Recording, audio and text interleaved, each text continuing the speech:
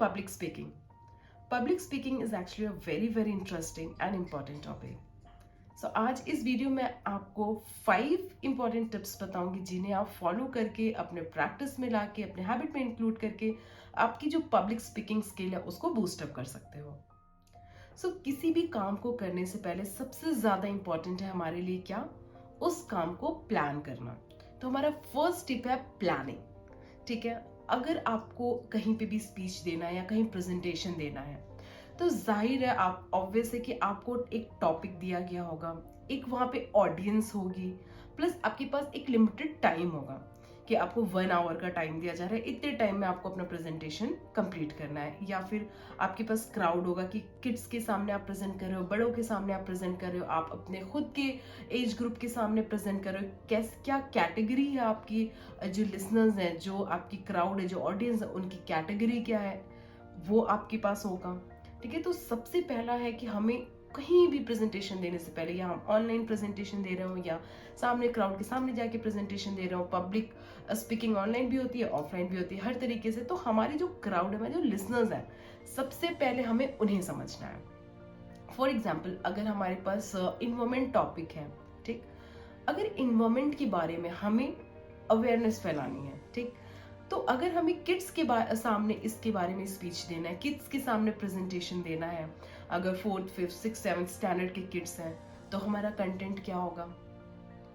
अगर हम यही सेम प्रेजेंटेशन ग्रेजुएट को दे रहे हैं या ग्रेजुएशन कर रहे लोगों को दे रहे हैं, स्टूडेंट्स को दे रहे हैं, तो उस टाइम पे हमारा कंटेंट क्या होगा.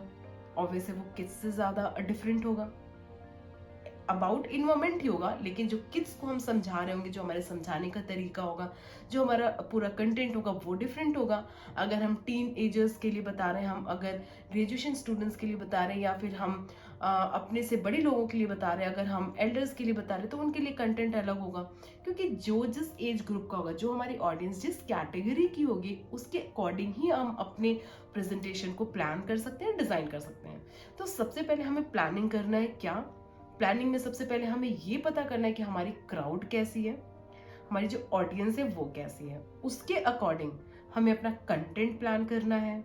हमें टाइम ड्यूरेशन को ध्यान में रख के अपना कंटेंट प्लान करना है कि उतने ही पर्टिकुलर टाइम में हमारा कंटेंट कंप्लीट हो जाए. ठीक है, तो this was the first point. Next point is self made content.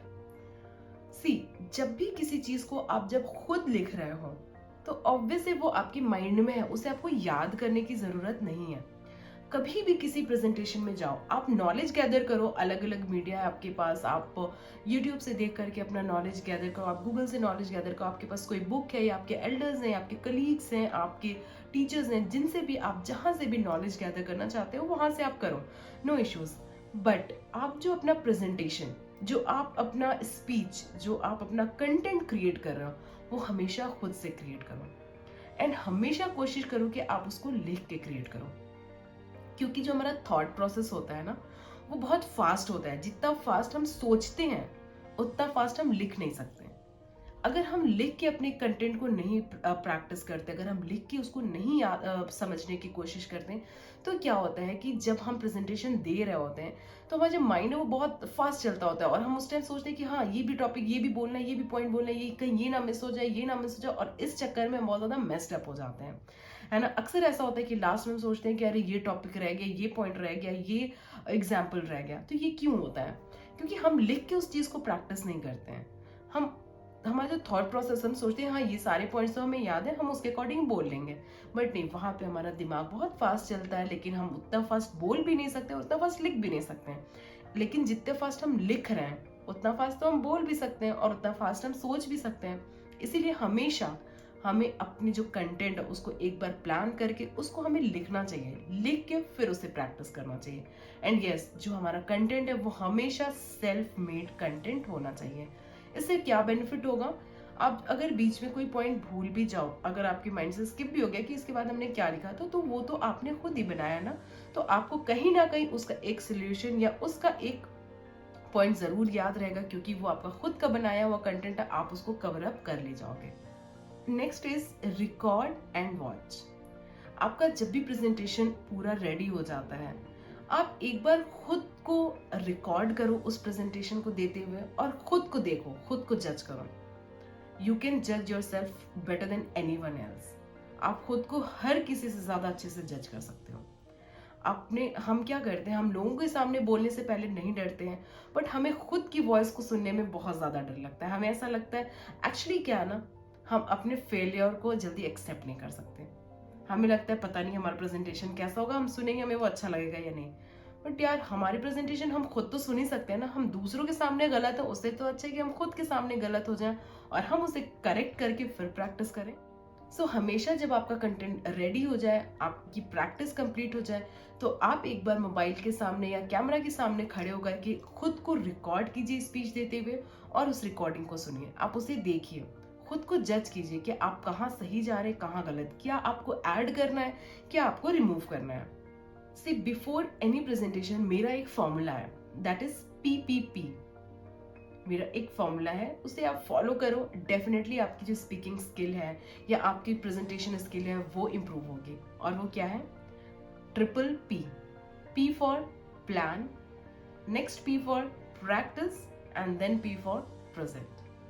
किसी भी प्रेजेंटेशन को प्रेजेंट करने से पहले, किसी भी स्पीच को देने से पहले, किसी भी क्राउड को फेस करने से पहले आप प्लान करो अपने कंटेंट को, उसे प्रैक्टिस करो और फिर प्रेजेंट करो। ये एक ऐसा फॉर्मूला है जिसे आप फॉलो करके कभी भी फेलियर नहीं पाओगे, हमेशा सक्सेस पाओगे। तो हमने प्लानिंग कर ली कि हमें क्या कंटेंट वहां पे फ्लो करना है, हमने प्रैक्टिस कर लिया, जैसे मैंने आपको बताया कि आप पहले उसको रिकॉर्ड करो, आप उसको देखो, जहां प्रॉब्लम लग रही है आप दोबारा करेक्ट करो, उसको रिकॉर्ड करो, फिर देखो। तो ये क्या, आपकी प्रैक्टिस हो गई। नेक्स्ट क्या, अब आपको क्या करना है, प्रेजेंटेशन देना है। तो जो मेरा नेक्स्ट पॉइंट है वो यही है, settle your self before presentation in front of crowd. जब आप क्राउड के सामने जा रहे हो तो प्रेजेंटेशन बिल्कुल स्टार्ट करने से पहले, अपनी स्पीच स्टार्ट करने से पहले खुद को सेटल करो। जैसे जब हम क्राउड फेस करते हैं तो थोड़े हम नर्वस होते हैं, हमारा जो हार्ट बीट है वो थोड़ा सा हाई होता है। तो वहां पे क्या होगा कि जब आप जाओगे, थोड़ा 1 2 10 12 सेकंड का टाइम लोगे तो थोड़ा सा आप सेटल हो जाओगे। आपका जो हार्ट बीट रेट जो हाई हो रखा है वो थोड़ा सा लो हो जाएगा। बल्कि जब आप जाते हो, एंटर करते ही अगर आप बोलना शुरू कर देते हो तो आपका जो कॉन्फिडेंस गैदर करने का जो टाइम था ना, जो कॉन्फिडेंस को होल्ड ऑन करने का टाइम था, वो टाइम आप मिस कर देते हो। जाते ही आप 10 सेकंड 12 सेकंड का पॉज लो, आप अपने सिस्टम्स कनेक्ट करो। अगर आपकी PPT है, आपको प्रेजेंटेशन प्रोजेक्टर पे देना है, या फिर आपके पास कोई प्रॉप्स है या कोई भी ऐसी चीज है, आप जाओ, आपके पास बैग है, आपके पास कुछ सामान है, आप उसको रखो। 1 2 मिनट या 10 15 20 सेकंड का टाइम लो खुद को सेटल करने के लिए, क्राउड को देखने के लिए, थोड़ा सा अपने आप को ये यकीन दिलाने, ये थोड़ा सा अपने आप को बताने के लिए कि yes I am here, this is the crowd और अब मुझे बोलना है। तो इसके लिए जब आप थोड़ा सा टाइम लोगे, आप उस एटमॉस्फेयर में सेटल हो जाओगे, एडजस्ट हो जाओगे। उसके बाद जब आप बोलना शुरू करोगे तो आप बहुत अच्छे से और कॉन्फिडेंटली बोल पाओगे। Next point is volume. Volume also plays a very important role in presentation. It's so obvious, अगर आप प्रेजेंटेशन दे रहे हो तो आपकी जो लिसनर्स, जो क्राउड है, वो आपके कंटेंट को ही सुनना चाहती है। आप कोई ना कोई इंफॉर्मेशन, कोई ना कोई नॉलेज या अवेयरनेस उन्हें देना चाहते हो। तो जब तक आप अपनी बात को क्लियरली बोलोगे नहीं, जब तक वो उस चीज को सुन नहीं पाएंगे क्लियरली, तब तक उस चीज को वो एब्जॉर्ब, उस चीज को वो समझ कैसे पाएंगे, है ना। तो सबसे पहले हमारा जो वॉल्यूम और साउंड है वो बहुत अच्छा होना चाहिए। जैसे कि अगर हमारी जो ऑडियंस है, जो लोग हमें सुन रहे हैं, अगर वो हमारे बहुत पास में है और हम वहाँ बहुत चिल्ला चिल्ला के बोल रहे हैं, तो वो हमसे इरिटेट हो जाएंगे, वो हमारी बात को नहीं सुनेंगे, वो परेशान हो रहेंगे, वो सोचेंगे जल्दी ये चुप हो, हमारे कानों को आराम मिले, है ना। या फिर अगर हमारी जो ऑडियंस है, जो क्राउड है, वो दूर बैठी हो, बहुत ज्यादा गैदरिंग है और वहां हम एकदम धीरे बोल रहे होंगे कि माइक के बाद भी हमारी ये वॉइस जो है अच्छे से नहीं जा रही है, तो हमारे ऑडियंस को हमारा वॉइस क्लियर नहीं होगा, हम क्या बोल रहे हैं यही क्लियर नहीं होगा, तो उन्हें हमारी जो बातें हैं, हमारा जो कंटेंट है उसमें कोई इंटरेस्ट नहीं आएगा। तो जो हमारा साउंड है, जो वॉल्यूम है, वो अप टू द मार्क होना चाहिए, वो अकॉर्डिंग टू द ऑडियंस और आपके बीच में जो स्पेस, जो डिस्टेंस है, उसके अकॉर्डिंग होना चाहिए। अच्छा, डिस्टेंस की बेसिस पे क्राउड को कैटेगराइज किया गया है 4 कैटेगरी में। जैसे अगर ऑडियंस जो आपकी है, जो क्राउड है, वो आपसे बहुत ज्यादा डिस्टेंस पे है और बहुत ज्यादा गैदरिंग है, तो उसे कहते हैं पब्लिक स्पेस, ठीक। अगर आपके और आपके जो लिसनर्स हैं, जो आपका क्राउड है, उसके बीच में थोड़ा कम डिस्टेंस है और कम गैदरिंग है, जैसे कि अगर 4 to 10 या 12 फीट का ही आपके और उनके बीच में डिस्टेंस है और क्राउड भी कम है, तो इसे कहते हैं, इस क्राउड को कहते हैं, इस स्पेस को कहते हैं सोशल स्पेस। अगर आपका और आपका जो क्राउड है वो बहुत पास है, 1 या 4 फीट का ही डिस्टेंस है, ऐसे स्पेस को, ऐसे क्राउड को कहते हैं पर्सनल स्पेस। जैसे कि आपके फ्रेंड्स हो गए, या आपके कलीग्स हो गए, या आपके भाई बहन हो गए, ठीक, या फिर कोई बहुत ज्यादा क्लोज है, बिल्कुल नियर एंड डियर वन, तो उसे हम कहते हैं intimate space. Intimate space, personal space, social space and then public space. आपका जो इंटीमेट स्पेस होता है उसमें 1 फीट का डिस्टेंस होता है हार्डली। सेकेंड, जो आपका पर्सनल स्पेस होता है उसमें 1 to 4 फीट का डिस्टेंस हो सकता है, जिसमें आप अपने कलीग से कोई बात कह सकते हो, या अपने कलीग्स को कोई इन्फॉर्मेशन दे सकते हो, कोई नॉलेज दे सकते हो। नेक्स्ट जो थर्ड है आपका सोशल स्पेस, उसमें आपका 4 to 10 फीट का डिस्टेंस हो सकता है, जैसे कि आप किसी कॉलोनी में जाके आप चाइल्ड एजुकेशन के बारे में या गर्ल्स एजुकेशन के बारे में अवेयरनेस दे रहे हो, आप ऐसे रैंडमली कहीं गए हुए वहाँ पे लोगों को अवेयरनेस दे रहे हो अबाउट एजुकेशन, तो वहाँ पे लोग आपके बिल्कुल पास में खड़े होते हैं, बहुत सारे लोग, 10 लोग, 20, 30, 40, 50 कितने भी हो सकते हैं, और वो पास में खड़े हो आपकी बातों को सुन रहे हैं, तो वो जो स्पेस होता है उसे हम कहते हैं सोशल स्पेस।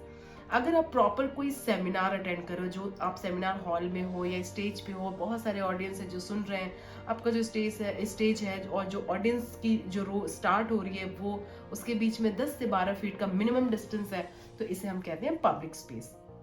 तो जो साउंड और वॉल्यूम है वो भी according to the distance between you and the listeners होना चाहिए। ये भी एक बहुत इंपॉर्टेंट रोल प्ले करती है हमारे इस स्पीच में, हमारे अफेक्टिव स्पीच में। सो आई होप कि आपको आज का कंटेंट पसंद आया होगा, आज का टॉपिक पसंद आया होगा। आई होप कि आप मेरे जो दिए गए टिप्स है उन्हें फॉलो करोगे और अपने पब्लिक स्पीकिंग स्किल को इम्प्रूव करोगे।